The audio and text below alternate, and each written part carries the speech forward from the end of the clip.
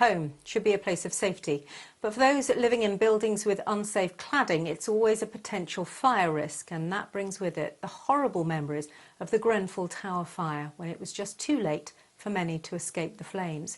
Yet even after that disaster, there are still homes at risk because the unsafe cladding hasn't been removed, as Nick Wallis reports.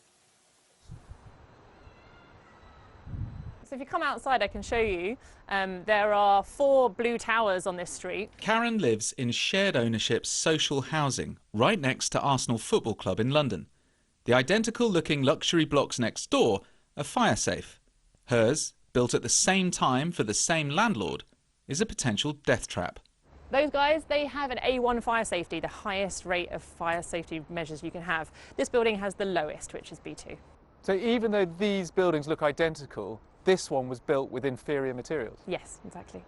Unsafe buildings have no value until they're fixed, so Karen is trapped.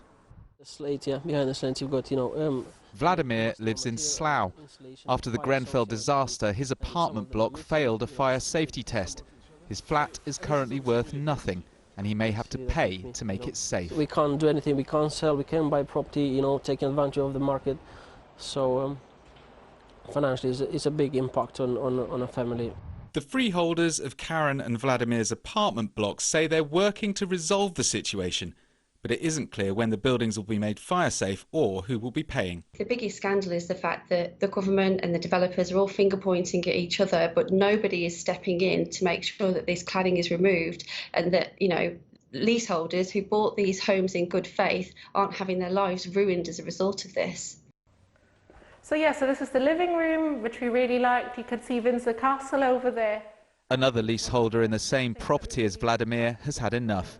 She's taking her 9-year-old son and moving back in with her parents. It's affected the way I feel, my sleep, everything, of course. You wonder about your future, about your family, about your children, how you're going to face tomorrow. There are thousands of people trapped in buildings just like this all over the country. And it's not just the safety worry. They can't plan for the future, they can't sell up, and they could be landed with a repair bill that would financially cripple them for decades.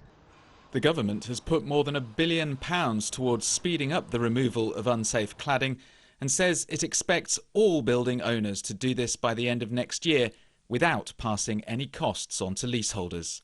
Nick Wallis, 5 News in Slough.